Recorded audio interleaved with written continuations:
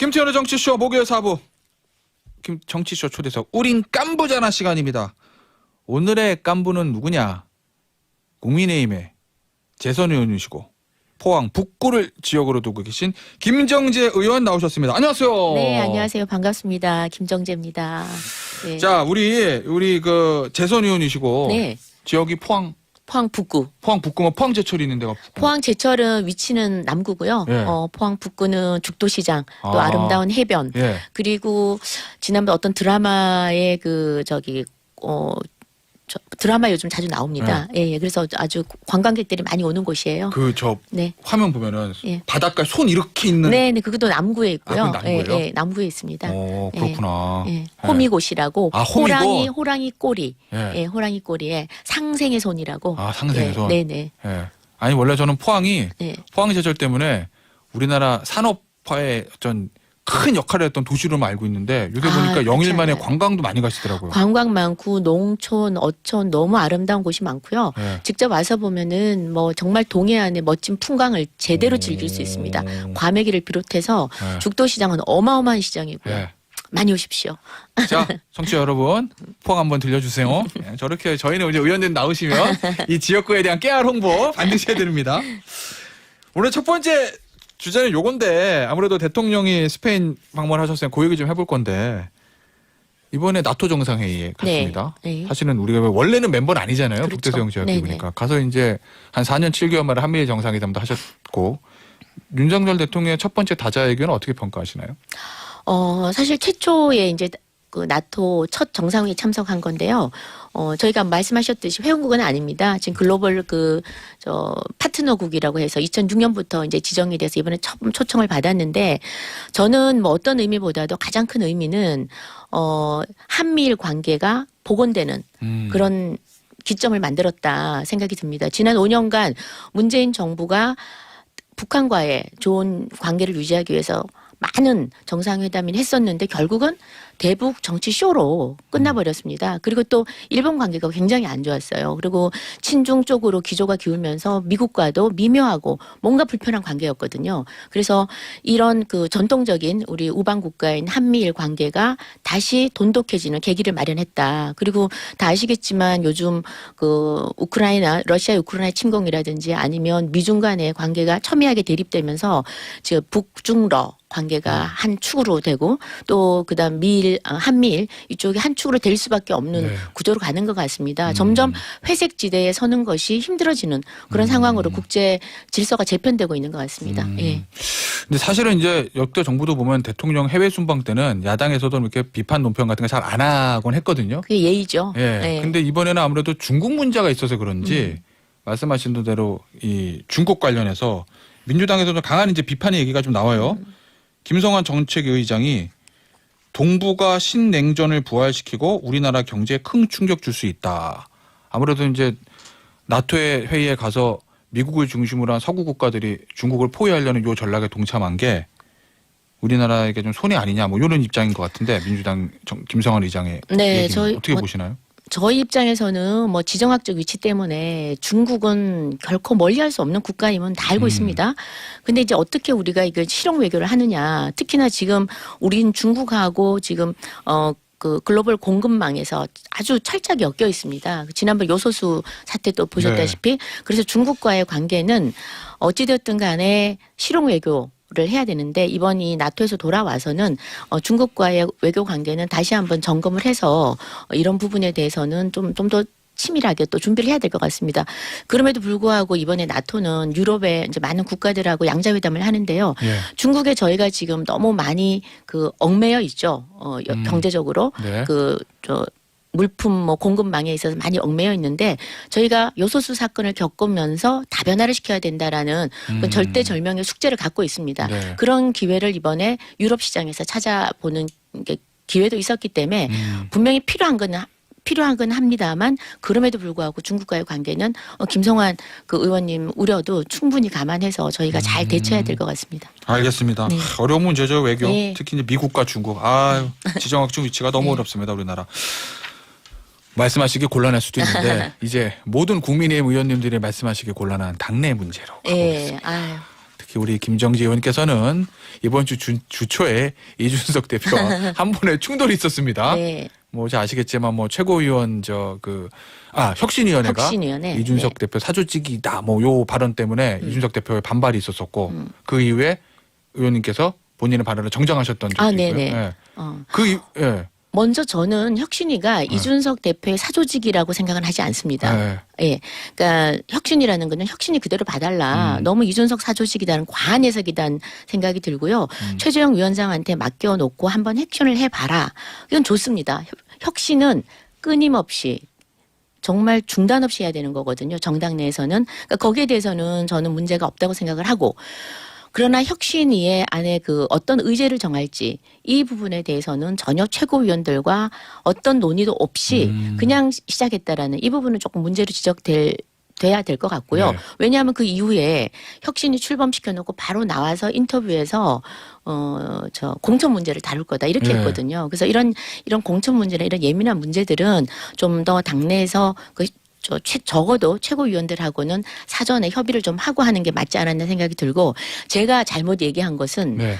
혁신위 위원 구성에 있어서 예. 그 우리 이준석 대표가 5명을 추천을 한다 이렇게 얘기를 한 게 잘못이었습니다. 왜냐하면 제가 그 당시에 맨 처음에 6월 초에는 제가 기사를 보니까 그게 나왔었어요. 그래서 최고위원이 한 명씩 추천하고 예. 저기 당 대표가 5명을 추천한다. 이래서 제가 당 대표가 좀 많이 추천하네라는 생각을 하고 제가 얘기를 했는데 그게 잘못이었어요. 왜냐하면 이게 뭐 중간에 바뀐 모양이에요. 그래서 최종 혁신위는 그게 아니었습니다. 그래서 제가 잘못한 거는 빨리 사죄를 해야 됩니다. 그래서 사실관계 확인하고 바로 방송국에 정정 보도를 요청하고 대표님한테 전화드렸더니 안 받으시더라고요. 안 받는지 뭐 못 받는지 모르겠는데 그리고 메시지를 남겼는데도 답장이 없으셨어요. 그래서 제가 최재형 위원장님한테 바로 그 사실관계 제가 잘못 말씀드렸다 그러고 다 말씀드렸더니 오케이 하시고 바로 백브리핑에서 잘 말씀해 주셔서 바로 정정이 됐죠. 근데 뭐 뒤끝 장렬이네요. 그 이후에. 전화를 받지 않고 답장이 없었다. 이게 답장은 이제 어제 제가 메시지를 또 포항을 오셨기 때문에 다시 한번 사과를 드렸어요. 저 죄송하다고 말씀을 드렸는데 뭐 충분히 이해하셨으리라고 보고 뭐 약간의 한두 번 실수는 할 수 있지만 바로 정정하고 사과하는 그렇죠. 게 옳다고 봅니다. 어제 포항 이 대표가 네. 김정재 의원 지역군 포항에 방문했습니다. 정확하게 얘기하면은 우리 의원님 지역구는 포항 북구고 네. 이준석 대표가 방문한 포항 남구니까 네네. 근데 어쨌든 이제 같은 포항이잖아요. 네. 예전에 아마 제 기억에 장제원 의원하고 충돌이 있었을 때도 이준석 대표가 저 사상 지역구를 갑자기 방문한 적이 있어서 그때도 좀 화제가 됐었는데 그 맥락인지 몰라도 기자들이 아마 이거 일부러 포항 간 거 아니야? 무력 시위 아니야? 이렇게 물었더니 이 대표가 갑작스러운 일정도 아니고 포항을 못 갈 이유도 없는데 왜 그래? 뭐 이렇게 대답했다는 겁니다. 네, 맞습니다. 네. 제가 알기로도 그 김영식 의원님이 경주 그 한수원 한번 방문을 해달라 그랬고 경주를 가려면 포항하고 같이 뭐 거의 붙어 있죠. 20-30분 거리니까. 그래서 아마 포항을 같이 넣고 이전에 이 일 있기 전에 제가 한번 오신다고 얘기를 들은 것 같아요. 그렇습니까? 그래서 너무 이게 우연의 뭐 일치죠. 뭐 오비락. 여기에는 저희가 정치적 의미를 부여하지 않겠습니다. 네네. 자, 그럼 정치적 의미를 부여할 수밖에 없는 이슈. 오늘 아침에 정치권 뉴스 중에서 제일 아마 큰 뉴스인 것 같은데 박성민 대표, 이준석 대표 비서실장이 이제 사퇴를 했습니다. 사퇴하면서 기자들과 통화한 거 보면 더 이상 도와줄 수 있는 게 없다. 이렇게 얘기했다는 거고 뭐 다 보도가 있었지만 박성민 비서실장은 이준석 대표와 연보다 윤석열 대통령과 연이 많은 사람이어서 이준석 대표가 용산과의 관계 개선을 위해서 대표 비서실장을 임명한 거 아니냐라는 얘기가 임명 초부터 있었는데 이 상황에서 사퇴했어요.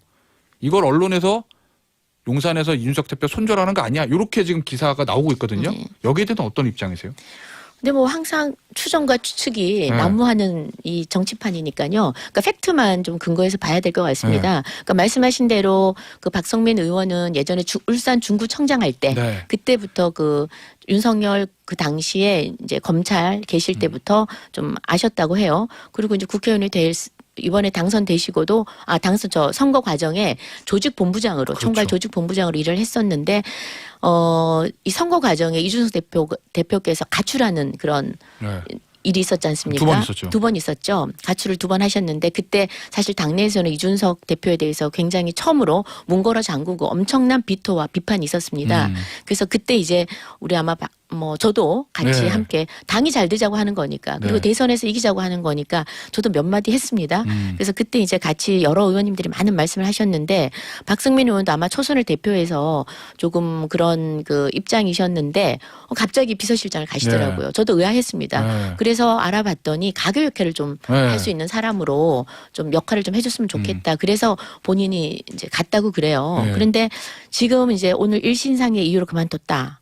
그냥 가교 역할 할 수 있는 게 없다는 거죠. 브릿지 다리가 이게 끊어질는지 아닌지 모르겠는데 본인이 아마 애를 많이 썼겠죠. 무던히도 우크라이나까지 같이 가서 애를 많이 쓴 것으로 알고 있는데 별 효과가 없었다고 저는 생각을 합니다. 뭐 다 아시겠지만 이준석 대표님이 자기 생각이 좀 확고하신 편이고 뭐 좋게 얘기하면 자기 생각이 분명한 사람이고 나쁘게 얘기하면 고집이 세고 좀 그런 거죠. 그래서 아마 다른 의원들 말을 잘 좀 안 듣는 것 같아요. 저희가 가장 주문을 많이 하는 것이 이 중대한 국면에 이 대선 국면에 오늘만큼은 SNS를 하지 말아 주십시오. 네. 하면 나가시면서 바로 하시니까. 그러니까 네. 본인 생각이 있으시면 대표가 어떤 생각을 가지면 이 부분에 대해서는 누구의 말도 조금 그렇게 뭐 경시까지 하는지는 모르겠지만 잘 안 들으시는 것 같아요. 자, 그러면 이제 가교 역할을 하는 다리가 하나 끊어졌어요. 네. 일단은 본인이 비서실장 그만뒀으니까 용산과 이준석 대표의 관계가 그제 녹록치 않은 상황에서 네. 여기에 또 이준석 대표가 가만히 있을 사람이 아니죠. 네.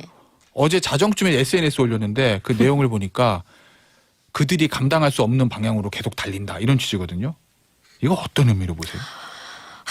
글쎄요. 이거 제가 뭐 남학생이 안 돼봐가지고 또 남자가 안 돼봐서 그 심정을 모르겠는데 어제 네. 뭐 포항에서 끝나시고 뭐 어떤 심정으로 썼는지는 모르겠지만 아마 굉장히 코너에 몰려서 쓰는 느낌. 네. 그다음에 나만이 고립무원에서 네. 뭐 어떤 풍전등화 앞에 있는 그런 느낌으로 쓰신 것 같아요. 근데 제가 좀 안타까운 게 그 같은 당에 우리가 대통령을 만들었고 우리 국민의힘에서 만들었고 우린 같은 배를 타고 있는 사람입니다. 그렇죠. 그런데 그들이라고 타자로 제3자로 이 지칭하는 것도 굉장히 좀 안타깝고요. 뭐라고 그랬죠? 그들이 감당할 수 없는 감당할 수 방향으로 없는 계속 달린다. 뭐 감당할 이런 수 없는 방향을 계속 달리면 떨어져요. 다칩니다. 그래서 저는 우리한테는 자산입니다. 이준석 네. 대표가 어찌되었든 간에 모든 그 당대표가 장단이 없는 분이 어디 있겠습니까? 그렇죠. 그래서 저는 저희 그 당에 보수를 새로 재건할 젊은 정치인으로서 저는 나름 가치가 있다고 보기 때문에 그 뭔가 이제 좀 극단적인 표현보다는 좀 어떤 함께하는 여러 사람과 나홀로 정치가 아니라 더불어 하는 정치 그리고 손절과 배제 혐오의 정치가 아니라 좀 따뜻한 정치를 할 수 있는 그런 방향으로 갔으면 하는 간절한 바람입니다. 좀 근본적인 문제 하나 여쭤볼게요. 네. 이 이준석 대표하고 지금 당내 많은지 적은지 제가 세보진 않았습니다만 어쨌든 대통령실과 이준석 대표의 긴장 관계 또 소위 말하는 윤핵관으로 지칭이 되는 그 의원 중진 의원들과 이준석 대표의 긴장 관계 이 근본 원인은 뭐라고 보세요? 저는 지난 그 입당할 때부터 그러니까 저희 당이 그러니까 윤 지금 대통령이 후보 시절에 입당하는 과정, 그다음에 대선 과정, 그다음에 대통령이 된 이후 이 모든 과정에서 그 누적된 불만들 네. 이런 것들이 폭발을 하는 거라고 저는 생각을 합니다. 선거 끝나고 이제 네네. 그래서 뭐 맨 처음부터 윤 대통령이 되면 지구를 떠나겠다. 그런 얘기부터 버스 떠나니까 빨리 올라타라. 그리고 입당을 계속해서 강요하고 그러니까 그냥 그 이 대표 안 계실 때 전격 입당을 한 거 네. 아닙니까? 또 그런 문제라든지 아니면은 또 그 여러 가지 뭐 선거 본부에 대해서 불만을 가지고 또 중간에 가출을 했다든지 그래서 끊임없이 이게 당 대표가 어떤 갈등을 조정하고 해야 되는 그런 당 대표가 갈등을 조장하는 위치로 계속 가버린 거예요. 그러면서 이 갈등들이 처음에는 그냥 걱정 우려였죠. 그다음 불안했었죠.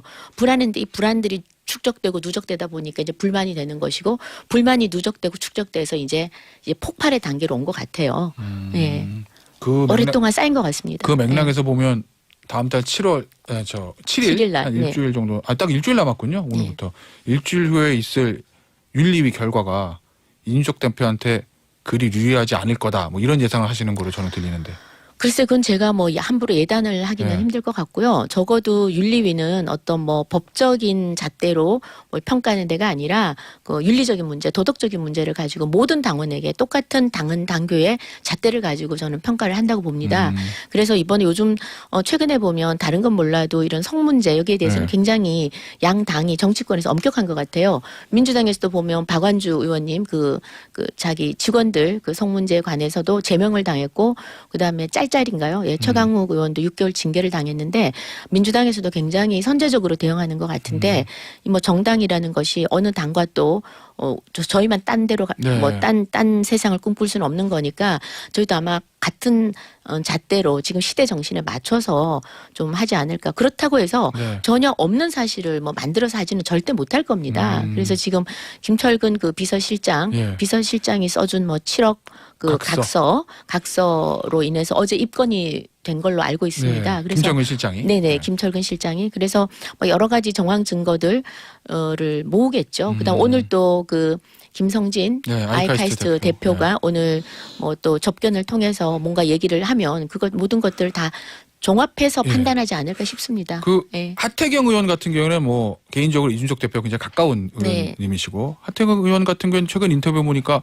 아니 제1여당의 당대표를 징계하는데 경찰에서 수사 결과가 안 나와서 사실관계가 확정이 되지 않았는데 뭘 가지고 징계한다는 거 이런 취지의 얘기를 하거든요. 네. 거기에 대해서는 어떤 생각을 가지고 계세요? 그러니까 경찰이 아니죠, 윤리위는. 그리고 지난번에 저희가 그 권익위 예, 예. 전현희 위원장이 있는 권익위에서 저희 저 지난번 그 대선 중에 전수조사. 예, 전수조사를 해가 전수조사만 해서 의원들 네. 뭐 20여 명인가요? 문제 제기했을 때도 이분들은 너무 억울한 분들이 경찰 조사라도 좀 밖에 기다려 달라 그랬는데 당에서는 가차없이 안 된다.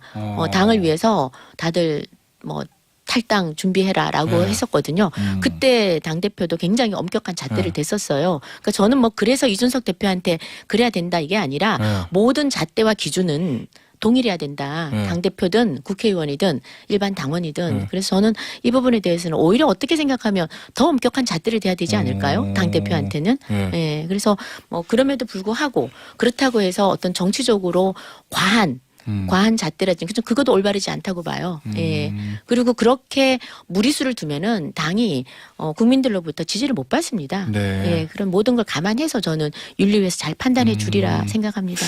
만약에요. 이건 참 어려운 예상인데 뭐 이준석 대표가 앞서 감당할 수 없는 방향으로 달리겠다 이런 얘기도 있었고 얼마 전에 SNS를 보니까 제가 흑화되지 않게 해주세요 뭐 이런 표현도 했던 것 같고 네. 그런데 만약에 이준석 대표한테 징계가 어떤 형태로 떨어진다고 하면 이준석 대표가 선택할 수 있는 길은 뭐가 있을까요? 의원님 예상하시기에. 저는 이준석 대표께서 정말 그 지금 이준석 대표 스타일은 이준석 네. 대표는 나는 누구하고든 싸우고 옳은 일이라는 뭐든지 한다 이런 입장이잖아요. 뭐 좀 그런 근데 스타일이죠. 그런 스타일이죠. 그 파이터죠, 파이터. 네. 전방위 파이터인데 지금 예를 들어서 지금 여러 가지 나오는 것들이 엉터리라 그러면은 사실과 다르다 그러면 아마 구체적으로 SNS에 글을 썼을 거라고 저는 생각을 합니다. 근데 지금은 그런 거는 없는 것 같아요. 그래서 그 부분도 뭐 앞으로는 더 적극적으로 하실지는 모르겠지만 그렇게 뭐 앞으로 어디로 굴러갈지는 모르겠습니다만 적어도 이준석 대표가 그런 만약에 좋지 않은 결과가 나온다 그러면은 거기에 대해서 법적 대응도 하리라고 저는 보고요. 그다음에 뭐 정치적 대응, 법적 대응 본인이 할 수 있는 건 저는 다 하리라고 그렇게 예상을 합니다. 그래서 당이 굉장히 좀 힘든 방향으로 네. 가지 않을까 싶은데 예. 일각에서는 이준석 대표가 내건 이제 2030 607 세대포 이론 그걸 가지고 국민의힘이 서울시장 재보선부터 대선 이겼는데 이준석 대표가 빠지면 그 포이론이 무너지는 거 아니냐.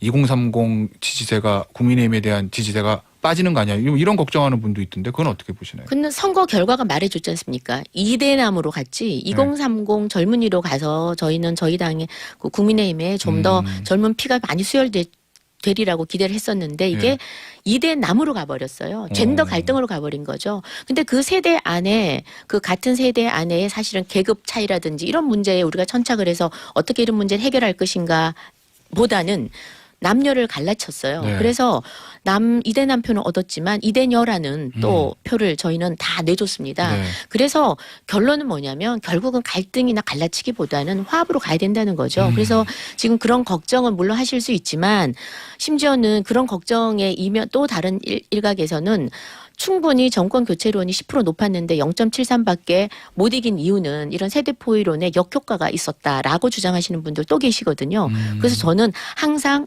양쪽을 다 같은 비중으로 봐야 된다 그런 생각을 합니다. 알겠습니다.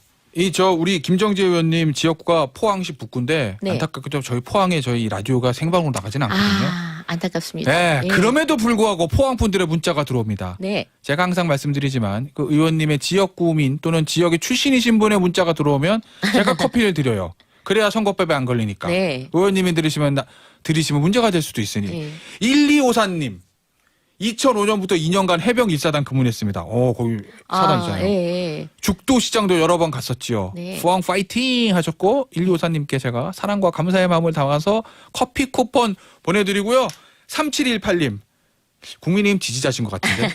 우리 의원님 읽어주셔야 네. 되겠다. 네. 국민의힘이 잘하셔서 국민들 마음 편히 살게 해주세요. 잘하라는 소리네요. 예. 그렇게 하겠습니다. 이게 왜냐면 대선 지방선거 큰 선거 2번 이겼는데 집권 아. 여당이 대통령 임기 초에 치고받고 난리 부를 수 있는 거의 유례없는 일이 벌어져서 정말 죄송하고 부끄럽습니다.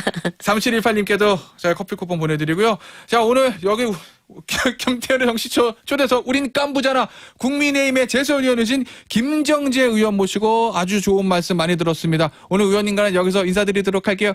감사합니다. 네, 감사합니다. 의원님 다음에 또 나와주세요. 네, 목소리 좀 좋게 해서 나올게요. 네, 저도 오늘 물러가도록 하겠습니다. 김태현